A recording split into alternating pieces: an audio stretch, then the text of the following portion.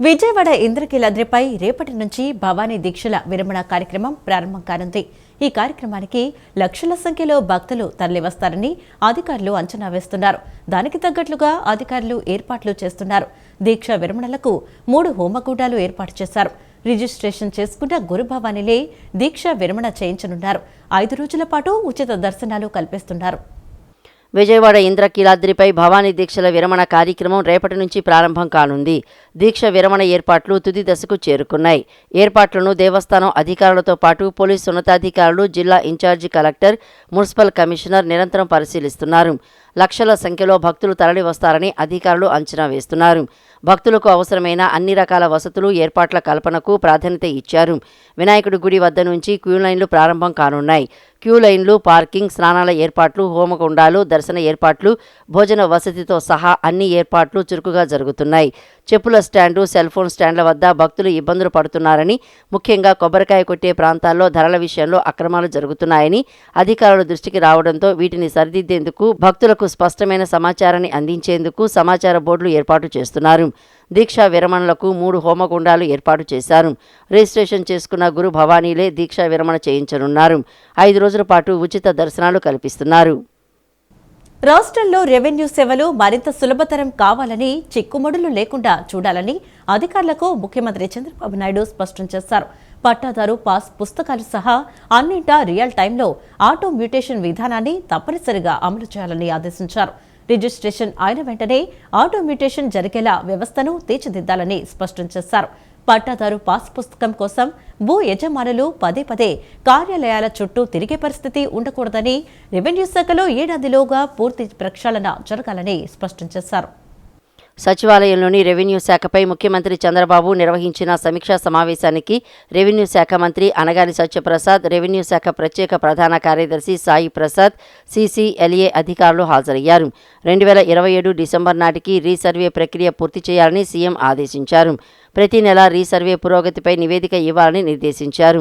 Joint land parcel maps వివాదాలను త్వరితగతిన పరిష్కరించాలని, భూ వివరాలు డేటాబేస్ ఆన్లైన్లో ఉంటే ఈసీ జారీ చేయడం సులభమవుతుందని సీఎం అన్నారు.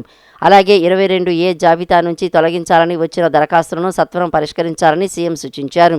22A ఫ్రీ హోల్డ్ భూముల విషయంలో అత్యంత జాగ్రత్తగా వ్యవహరించాలని చెప్పారు. డాక్యుమెంట్ల వివరాలను ట్యాంపర్ చేయకుండా బ్లాక్ చైన్ లాంటి పటిష్ట వ్యవస్థను తీసుకురావాల్సిన అవసరం ఉందన్నారు. భూముల వివరాలు అన్ని పారదర్శకంగా ఆన్లైన్లో ఉంచితే వివాదాలు తలెత్తవని సూచించారు.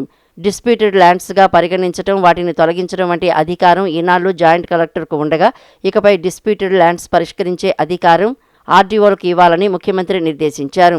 చుక్కల భూములను 22A జాబితా నుంచి తొలగించే ప్రక్రియను వేగవంతం చేయాలని చెప్పారు. 1999 వరకు ప్రాథమిక సహకార సంఘాల వద్ద తాకట్టు పెట్టిన అసైన్డ్ భూములు కూడా 22A జాబితా నుంచి తొలగించాలన్నారు. బంజరు భూములు 1954 కంటే ముందు సేల్ డీడ్స్ రిజిస్టర్ ఆఫ్ హోల్డింగ్స్ను 22A నుంచి తొలగించాలని చెప్పారు.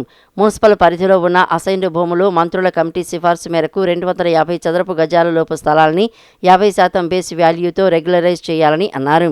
అలాగే ఆక్వాకల్చర్ చేస్తున్న అసైన్డ్ భూముల్ని సబ్ రిజిస్ట్రార్ విలువ ప్రకారం రెగ్యులరైజ్ చేయాలని సూచించారు. 10వ తరగతి పూర్తి చేసిన విద్యార్థులకు కుల ధృవీకరణ పత్రం వెంటనే పొందేలా కార్యాచరణ రూపొందించాలన్నారు. RTGSతో అనుసంధానించిన సమాచారం ద్వారా ఆదాయ ధ్రువపత్రం ఇవ్వాలన్నారు. ప్రజల వద్దకు వెళ్లి వారి సమస్యలు తెలుసుకుని ప్రతి వినతిని సానుకూల దృక్పథంతో పరిశీలించి తక్షణ పరిష్కార మార్గాలు చూపడంలో రాష్ట్ర ఉప ముఖ్యమంత్రి పవన్ కళ్యాణ్ చూపే చొరవ ప్రత్యేకమైనది. పోలవరం నియోజకవర్గం కొయ్యలగూడెం మండల పరిధిలోని తిమ్మనకుంట, గవరవరం మధ్య రోడ్డు పూర్తిగా దెబ్బతినడంతో ఆయా గ్రామాల ప్రజలు 2 దశాబ్దాలుగా పడుతున్న ప్రయాణ కష్టాలు త్వరలో తీరనున్నాయి. ప్రజల వద్దకు వెళ్లి వారి సమస్యలు తెలుసుకుని ప్రతి వినతిని సానుకూల దృక్పథంతో పరిశీలించి తక్షణ పరిష్కార మార్గాలు చూపడంలో రాష్ట్ర ఉప ముఖ్యమంత్రి పవన్ కళ్యాణ్ చూపే చొరవ ప్రత్యేకమైంది. ముఖ్యంగా క్షేత్రస్థాయి పర్యటనలో వచ్చిన వినతులపై ప్రత్యేక దృష్టి సారించి పరిష్కారం చూపుతున్నారు. ఇటీవల ఐఎస్ జగన్నాథపురం పర్యటనలో ప్రజల నుంచి వచ్చిన వినతుల పరిష్కారంలో భాగంగా 2 రోడ్ల నిర్మాణానికి 7,60,00,000 మంజూరు చేయించారు. పోలవరం నియోజకవర్గం కొయ్యలగూడ మండల పరిధిలోని తిమ్మనకుంట, గౌరవరం మధ్య రోడ్డు పూర్తిగా దెబ్బతినడంతో ఆయా గ్రామాల ప్రజలు 2 దశాబ్దాలుగా ప్రయాణ కష్టాలు అనుభవిస్తున్నారు. ఐఎస్ జగన్నాథపురం పర్యటనలో ఓ మహిళ బిడ్డను ఎత్తుకొని జనాన్ని తప్పించుకుంటూ పవన్ కళ్యాణ్ వద్దకు వచ్చి ఆ రోడ్డు దుస్థితిని వివరించారు. ఆ మహిళ ఆవేదనను విన్న పవన్ కళ్యాణ్ చెలించిపోయారు. పల్లె పండుగ 2లో భాగంగా సాస్కీ నిధులతో తిమ్మనకుంట ఎర్రవరం రోడ్డు నిర్మించాలని పంచాయతీరాజ్ ఇంజనీరింగ్ విభాగాన్ని ఆదేశించారు. 9 కిలోమీటర్ల రోడ్డు నిర్మాణం కోసం 7 కోట్లు మంజూరు చేశారు.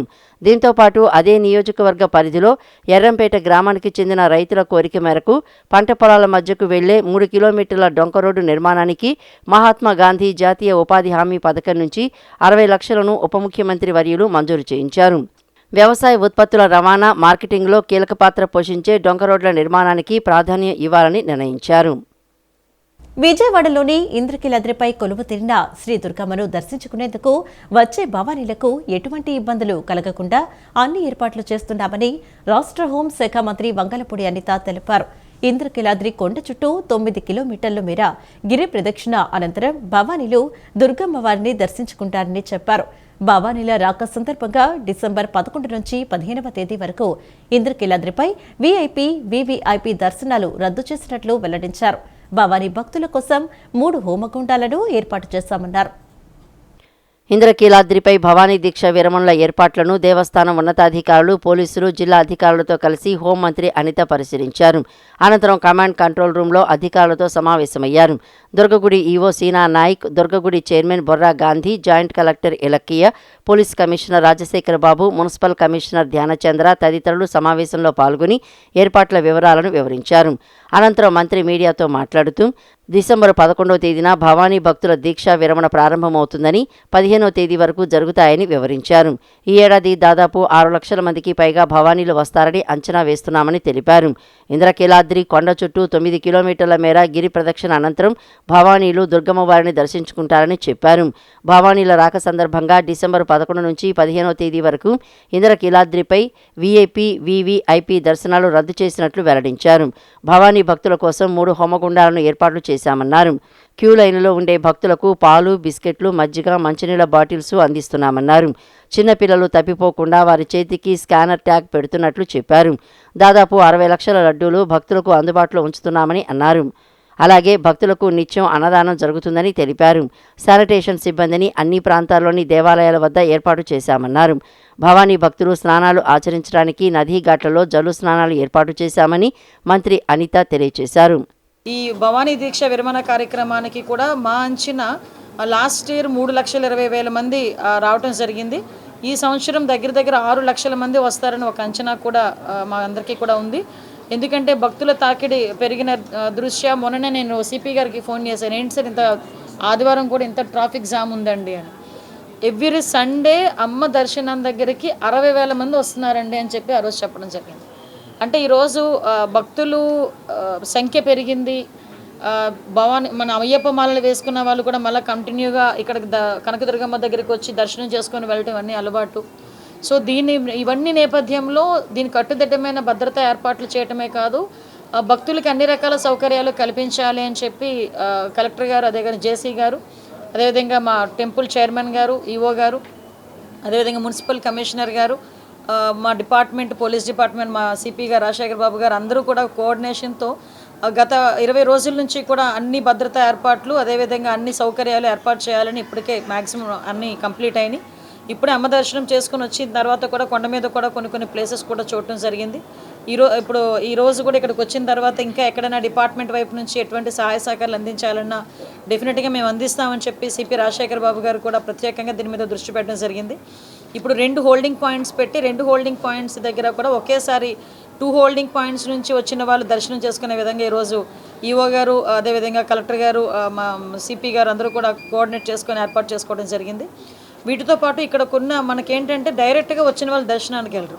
వచ్చిన వాళ్ళు కంపల్సరీగా కృష్ణా నదిలో స్నానం చేసి అందులో ఒక 60% ఆఫ్ పీపుల్ గిరి ప్రదక్షిణ చేసి ఒక 9 కిలోమీటర్ల గిరి ప్రదక్షిణ చేసి తర్వాత క్యూ లైన్లోకి వస్తారు. డ్రోన్స్ సర్వేలెన్సెస్ కూడా పెడతాం.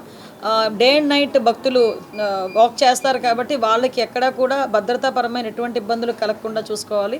వీటన్నిటి మీద కూడా ప్రత్యేకమైన దృష్టి పెట్టి ప్రీవియస్లో జరిగిన ఇన్సిడెంట్లను కూడా బేస్ చేసుకొని ఎక్కడా కూడా ఒక చిన్న ఏమరపాటు కానీ చిన్న నిర్లక్ష్యం కానీ లేకుండా ఈరోజు కట్టుదిట్టమైన ఏర్పాట్లు చేయడం జరిగింది. ప్రభుత్వ వసతి గృహాల అభివృద్ధికి తగు చర్యలు తీసుకుంటామని ప్రభుత్వ విప్ గన్నవరం ఎమ్మెల్యే యార్లగడ్డ వెంకట్రావు హామీ ఇచ్చారు. వసతి గృహాల్లో ఉంటున్న బాలికలకు ప్రభుత్వం నిర్దేశించిన మేరకు నాణ్యమైన ఆహారాన్ని అందించాలని సూచించారు. బాలికల అభద్రత పట్ల ప్రత్యేక శ్రద్ధ పెట్టాలని వసతి గృహ అధికారులను ఆదేశించారు. కృష్ణా జిల్లా గన్నవరం మండలం పరిధిలోని దావాజీగూడెం గ్రామంలో గల బాలికల వసతి గృహాలను ప్రభుత్వ విప్ గన్నవరం ఎమ్మెల్యే యార్లగడ్డ వెంకట్రావు ఆకస్మిక తనిఖీ చేశారు. మంగళవారం సాయంత్రం గ్రామంలోని ఎస్సీ, బీసీ బాలికల వసతి గృహాలను తనిఖీ చేసిన ఆయన బాలికల వసతి గదులను, భోజనశాలను మెనూ పరిశీలించి విద్యార్థినులకు పెడుతున్న ఆహారాన్ని రుచి చూశారు. ఈ సందర్భంగా వసతి గృహంలోని విద్యార్థినుల సమస్యలను అడిగి తెలుసుకున్నారు. అనంతరం యార్లగడ్డ మాట్లాడుతూ వసతి గృహాల అభివృద్ధికి తగు చర్యలు తీసుకుంటామని హామీ ఇచ్చారు. వసతి గృహంలో ఉంటున్న బాలికలకు ప్రభుత్వం నిర్దేశించిన మేరకు నాణ్యమైన ఆహారాన్ని అందించాలని సూచించారు. బాలికల భద్రత పట్ల ప్రత్యేక శ్రద్ధ పెట్టాలని వసతి గృహ అధికారులను ఆదేశించారు. బాలికల వసతి గృహాల వద్దకు ఆకతాయిలు రాకుండా పోలీసులు పర్యవేక్షించాలని, ప్రత్యేక నిఘా ఏర్పాటు చేయాలని పోలీసులను ఆదేశించారు. స్థానికులు పలు సమస్యలను యార్లగడ్డ దృష్టికి తీసుకురాగా వెంటనే స్పందించిన ఆయన వాటిని పరిష్కరించాలని అధికారులను ఆదేశించారు. ఈ కార్యక్రమంలో మండల టీడీపీ అధ్యక్షులు గూడపాటి తులసీమోహన్, తహసీల్దార్ శివయ్య, ఎంపీడీఓ స్వర్ణలత తదితరులు పాల్గొన్నారు. ఎన్టీఆర్ జిల్లాలోని 16 బాలల సంరక్షణ కేంద్రాలను తనిఖీ చేయాలని, అదేవిధంగా వైద్య శిబిరాలు కూడా నిర్వహించాలని జిల్లా ఇన్ఛార్జ్ కలెక్టర్ ఎస్ ఇలకియా ఆదేశించారు. మంగళవారం ఇన్ఛార్జ్ కలెక్టర్ ఎస్ ఇలకియా కలెక్టరేట్లో జువైనల్ జస్టిస్ రూల్స్ 41/8 ప్రకారం ఏర్పాటు చేసిన జిల్లా స్థాయి తనిఖీ కమిటీ సమావేశం నిర్వహించారు. ఈ నెల 16, 17న అన్ని బాలల సంరక్షణ కేంద్రాల్లో తనిఖీలు, వైద్య శిబిరాల నిర్వహణ, ఆధార్ లేని బాలలకు ఆధార్ కల్పించడం, బాలలను స్కూల్లో చేర్పించడం తదితరాలపై చర్చించారు. అదేవిధంగా కార్యక్రమంలో భాగంగా బాలల సంరక్షణ కేంద్రాలకు తుది రిజిస్ట్రేషన్ సర్టిఫికెట్లు అందజేశారు. సమావేశంలో డీసీపీఓ ఎం రాజేశ్వరరావు, కమిటీ సభ్యులు జ్యోతి, డాక్టర్ మాధవి, డాక్టర్ రాఘవరావు, ఫ్రాన్సిస్ తంబి, జిల్లా మహిళా శిశు సంక్షేమ అధికారి షేక్ రుక్సానా సుల్తానా బేగం, డీసీపీయు సిబ్బంది, బాలల సంరక్షణ కేంద్రాల నిర్వాహకులు తదితరులు పాల్గొన్నారు. రాష్ట్ర ప్రభుత్వం వైద్య కళాశాలలను ప్రైవేటీకరణ చేయడానికి వ్యతిరేకంగా 175 నియోజకవర్గాల్లో 1 కోటి సంతకాల సేకరణ చేయడం జరిగిందని మాజీ ఎమ్మెల్యే మల్లాది విష్ణు తెలిపారు. ప్రజలు స్వచ్ఛందంగా ముందుకు వచ్చి ప్రభుత్వం తీసుకుంటున్న నిర్ణయం తప్పు అని తెలియజేస్తూ సంతకాలు చేశారని అన్నారు. విద్యార్థులు, వారి తల్లిదండ్రులు పెద్ద సంఖ్యలో తమ సంతకాల ద్వారా అభిప్రాయాలను తెలియజేశారన్నారు. విజయవాడ సెంట్రల్ నియోజకవర్గం ఆంధ్రప్రభ కాలనీలోని జనహిత సదనంలో మాజీ ఎమ్మెల్యే, వైసీపీ నియోజకవర్గ ఇన్ఛార్జ్ మల్లాది విష్ణు విలేకరుల సమావేశం నిర్వహించారు. సమావేశంలో ఆయన మాట్లాడుతూ విజయవాడ సెంట్రల్ నియోజకవర్గంలోని 21 డివిజన్ల నుంచి 60,000 సంతకాలను సేకరించినట్లు తెలిపారు. ప్రజల నుంచి సేకరించిన సంతకాలను ఈ రోజు సాయంత్రం 4:30 గంటలకు జెండా ఊపి ఎన్టీఆర్ జిల్లా పార్టీ కార్యాలయానికి పంపించడం జరుగుతుందన్నారు. నియోజకవర్గాల్లో ఉన్నవారంతా ఈ కార్యక్రమంలో భాగస్వాములు కావాలన్నారు.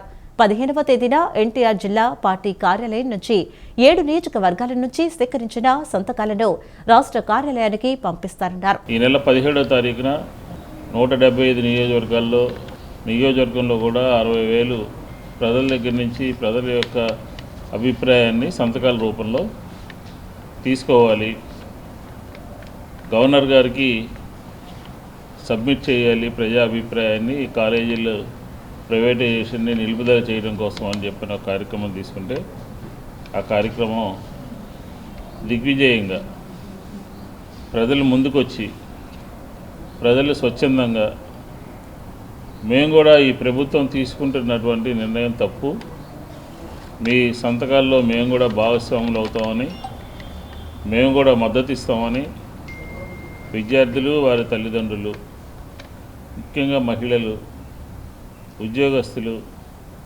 ఈ సమాజంలో ఉండేటటువంటి అన్ని వర్గాల ప్రజలు కూడా ఈ 1 కోటి సంతకాల ఉద్యమంలో భాగస్వాములయ్యారు. విజయవాడ సెంట్రల్ నియోజకవర్గం నుంచి 60,000 సంతకాలని 21 డివిజన్స్ నుంచి స్థానికంగా కార్పొరేటర్లు, పార్టీ యంత్రాంగం అంతా కూడా సేకరించడం జరిగింది. రేపు అనగా 10వ తారీఖున ఈ సేకరించినటువంటి ప్రజల దగ్గర నుంచి తీసుకున్నటువంటి అన్ని సంతకాలని జిల్లా ఆఫీసుకి వైఎస్ఆర్ కాంగ్రెస్ పార్టీ ఎన్టీఆర్ జిల్లా ఆఫీస్కి రేపు సాయంత్రం 4:30 గంటల ప్రాంతంలో సంతకాలు సేకరించినటువంటి కార్యకర్తలు, కార్పొరేటర్లు, నాయకులు, పెద్దలు, పార్టీ యంత్రాంగం అంతా కూడా జెండా ఊపి జిల్లా ఆఫీస్కి రేపు సాయంత్రం 4:30 గంటల ప్రాంతంలో పంపడం జరుగుతుంది. పేద అనాథ బాలికలు విద్యను అభ్యసించేందుకు తరగతి గదుల నిర్మాణానికి round table India Vijayawada ladies circle నిధుల సేకరణ చేపట్టడం అభినందనీయమని రాష్ట్ర హోంశాఖ మంత్రి వంగలపూడి అనిత పేర్కొన్నారు. సమాజంలో ప్రతి ఒక్కరికి మానవత్వం ఉండాలని, మంచితనం భవిష్యత్ తరానికి ఎంతో దోహదపడుతుందని ఆమె సూచించారు. ప్రస్తుతం సమాజంలో మానవత్వం తగ్గిపోతుందని, ఆమె ఎంతో ప్రమాదకరమని ఆమె ఆందోళన వ్యక్తం చేశారు. గురునానక్ కాలనీలోని ఎన్ఈఎస్సీ కళ్యాణ మండపంలో round table India Vijayawada ladies circle ఆధ్వర్యంలో కోదాడ సమీపంలోని మేళ్లచెరువు గ్రామంలో మహాత్మా గాంధీ కస్తూర్బా ప్రభుత్వ పాఠశాలలో 6 తరగతి గదుల నిర్మాణానికి 45 లక్షల రూపాయల నిధుల సేకరణ నిమిత్తం D3 కార్యక్రమాన్ని నిర్వహించారు. ఈ కార్యక్రమానికి రాష్ట్ర హోంశాఖ మంత్రి వంగలపూడి అనిత ముఖ్య అతిథిగా విచ్చేసి జ్యోతి ప్రజ్వలన గావించి అనంతరం కార్యక్రమాన్ని లాంఛనంగా ప్రారంభించారు. ఈ సందర్భంగా ఆమె మహిళామణులను ఉద్దేశించి మాట్లాడుతూ బాలికా విద్యాభివృద్దికి round table India ladies circle చేస్తున్న సేవలు ప్రశంసనీయమని కొనియాడారు. బాలికల కోసం తరగతి గదుల నిర్మాణం, టాయిలెట్స్ నిర్మించడం, వారి సంక్షేమం కోసం అనేక సేవా కార్యక్రమాలు చేపట్టడం అభినందనీయమని అన్నారు. సమాజంలో ప్రతి ఒక్కరూ మానవత్వంతో పాటు సేవాభావం కలిగి ఉండాలన్నారు. మంచితనం భవిష్యత్ తరానికి ఎంతగానో దోహదపడుతుందని, ప్రస్తుతం సమాజంలో మానవత్వం తగ్గిపోతోందని ఆవేదన వ్యక్తం చేశారు. ఏదైనా ప్రమాదం జరిగినప్పుడు ఫోన్స్ తీసుకుని రీల్స్ చేస్తున్నారని, ఇది మంచి పద్ధతి కాదని ఆమె సూచించారు.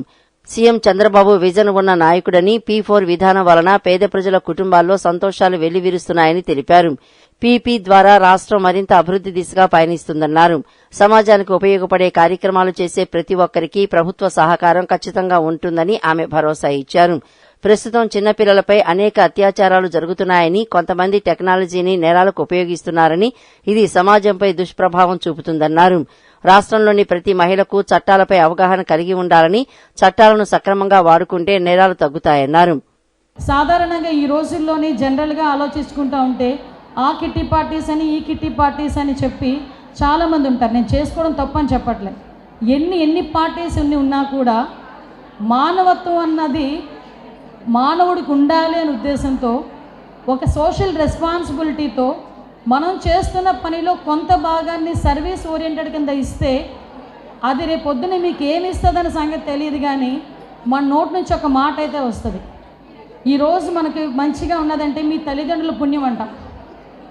జనరల్గా ఒక మంచి జరిగిందంటే మీ తల్లిదండ్రుల బ్లెస్సింగ్ అమ్మా నీకు, లేకపోతే మీ తల్లిదండ్రులు చేసుకున్న పుణ్యం నువ్వు ఈరోజు ఈ పొజిషన్లో ఉన్నావు అంటాం. మనం కూడా మనం చేసిన ప్రతి మంచి పని కూడా మన గురించి మనం చేసుకోవడం కాదు, మన నెక్స్ట్ జనరేషన్, మన పిల్లల గురించి చేస్తున్నామన్న కాన్సెప్ట్ని చాలామంది పనిచేస్తారు. అంటే ఏంటంటే ఇక్కడ ఒక మానవత్వం ఈ రోజుల్లో సోషల్ రెస్పాన్సిబిలిటీ అన్నది ఎంత తగ్గిపోతుంది అంటే, ఇంతకుముందు ఎక్కడైనా యాక్సిడెంట్ జరిగింది అంటే గబగబా 108కి ఫోన్ చేసామా, లేకపోతే యాక్సిడెంట్ అండ్ పర్సన్ తీసుకొచ్చి మనం ఎలా రిస్క్ చేసామా అన్న దాని మీద ఆలోచించేవారు. కానీ ఈ రోజుల్లో చేతుల్లో ఫోన్లు ఉన్నా కూడా వీడియో తీసి లైవ్ రీల్ చేస్తున్నారు. అక్కడున్నా కూడా కొంచెం మంచినీళ్ళు పోసేది లేదు, వాడిని తీసుకొచ్చి హాస్పిటల్లో పెట్టేది కనిపించదు. అంటే నేనేంటంటే అటువంటి సిచ్యువేషన్స్లో ఇంతమంది ఫ్యామిలీస్ నుంచి లేడీస్ బయటకు వచ్చి ఒక మంచి కాజ్ గురించి పోరాటం చేయటమే కాకుండా అందరూ కూడా చేయి కలిపి ఒక అనాథ పిల్లలకి, దట్టు అనాథ ఆడపిల్లలకి సంబంధించి వాళ్ళకు ఒక విద్యను అందించాలి, వాళ్ళకు ఒక దారి చూపించాలి అని మీరందరూ ముందుకు రావటం అనేది నిజంగా చాలా శుభపరిణామం కింద అనంతరం మాజీ జడ్పీ చైర్మన్ గద్దె అనురాధ మాట్లాడుతూ round table India Vijayawada ladies circle అనేక సేవా కార్యక్రమాలు చేస్తూ సమాజ అభివృద్దికి తమ వంతు కృషి చేస్తోందని తెలిపారు. లేడీస్ సర్కిల్ కు తన పూర్తి సహాయ సహకారాలు అందిస్తారని హామీ ఇచ్చారు. లేడీస్ సర్కిల్ ను ఆదర్శంగా తీసుకుని ప్రతి ఒక్కరూ సమాజానికి తమ వంతు సహకారం అందించాలని పిలుపునిచ్చారు. మనం ఈ రోజున ఎంతో మందికి విజ్ఞానాన్ని అందించగలం అని చెప్పి స్కూల్స్కి ప్రత్యేకంగా ఇన్ఫ్రాస్ట్రక్చర్ని డెవలప్ చేయటం కోసం ఈ ఫండింగ్ని వినియోగిస్తున్నారు అని అంటే దీని అంతరార్థం మరి ఆ రోజున గురజాడ గారు ఇంకొక మాట కూడా చెప్పారు. మహిళలు మరి ఒక కొత్త లోకాన్ని ఫ్యూచర్లో సృష్టిస్తారు అనేది ఇంకొక మాట చెప్పారు. అంటే ఇది మనం మన చిన్నతనంలో కానివ్వండి, మనం యువతగా ఉన్నప్పుడు కానివ్వండి, ఏదైనా సర్వీస్ చేయాలంటే ఎన్సిసి, ఎన్ఎస్ఎస్ అని చెప్పి చాలా సర్వీస్ ప్రోగ్రామ్స్ చేసేవాళ్ళం. ఊళ్ళల్లోకి వెళ్ళి చాలా కష్టాలు పడి రోడ్లు వేసి మరి రకరకాల కార్యక్రమాలు హెల్ప్ చేసి సంపాదించి ఆ అమౌంట్ని ఇస్తే, ఇక్కడ ఈ రోజున యువత మాత్రం ఈ రోజున ఆడుతూ పాడుతూ ఆనందంగా, యువత అంటే ఆనందం అని తెలియజేస్తూ ఇవాళ వచ్చిన వాళ్ళని ఎవరిని కూడా అందరినీ సంతోషపెడుతూనే ఫండింగ్ని పోగు చేసి అటు స్కూల్స్కి ఇస్తూ ఈ రోజున డ్యూయల్ ప్రోగ్రామ్, అది వాళ్ళ యువత తెలివి అని చెప్పి. Round table India Vijayawada ladies circle chairman Alekhya Katragadda మాట్లాడుతూ కోదాడ మండలం మేళ్లచెరువు గ్రామం మహాత్మా గాంధీ కస్తూర్బా ప్రభుత్వ పాఠశాలను తమ బృందం సందర్శించిందని, ఆ సమయంలో విద్యార్థులంతా చెట్ల కింద కూర్చొని చదువుకుంటున్నారని, ఆ దృశ్యం తమను కలిచివేసిందని తెలిపారు. 6 తరగతి గదుల నిర్మాణానికి 45 లక్షల రూపాయల వ్యయం అవుతుందని అంచనా వేయడం జరిగిందని, D3 కార్యక్రమం ద్వారా నిధులను సేకరించే కార్యక్రమం చేపట్టినట్లు తెలిపారు.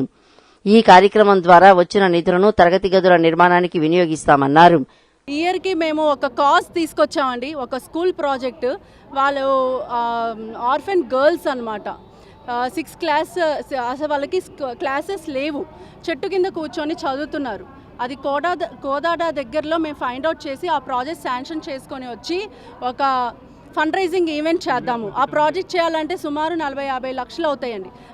అందరూ పుల్ చేయలేం కాబట్టి మేము ఒక ఫండ్ రైజింగ్ ఈవెంట్ విజయవాడలో ఒక ఎంటర్టైన్మెంట్ ప్రోగ్రామ్, ఉమెన్ ప్రోగ్రామ్ చేద్దామని డిసైడ్ అయ్యి ఈ కాజ్ పెట్టుకొని మేము ఫండ్ రైజింగ్ ఈవెంట్ చేయడం జరిగింది. ఇవాళ సుమారు 700-800 మంది మహిళలు విజయవాడలో ఉన్న హౌస్ వైఫ్స్ అందరూ, కిట్టి గ్రూప్స్ అందరూ వచ్చి పార్టిసిపేట్ చేయటం, as a chairperson, Vijayawada ladies circle చైర్పర్సన్గా నాకు ఎంతో ఆనందంగా ఉంది. ఇదే కాకుండా మన హోమ్ మినిస్టర్ శ్రీమతి అనితా వంగలపూడి గారు నిన్న నైట్ వరకు నాకు దొరకలేదండి. నిన్న నైట్ లాస్ట్ కాల్లో, అమ్మ మీరు ఒక గ్రేట్ కాజ్ చేస్తున్నారు, మీరు ఒక మంచి పని కోసం చేస్తున్నారు, నేను వస్తానమ్మా, ఏదో ఒక టైంలో వచ్చి ఒక స్పీచ్ ఇచ్చేసి వెళ్ళిపోతాను అన్నారు. వి వర్ సో సర్ప్రైజ్డ్ అండి.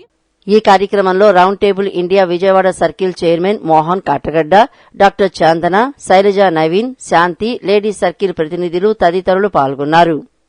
కృష్ణా జిల్లా మాచిలీపట్నం గోపువానిపాలెం డాబాకోట్లు సెంటర్ వద్ద కొలువైన శ్రీ విజయ కోదండ రామాలయంలో సీతారాముల కళ్యాణం కన్నుల పండుగగా జరిగింది.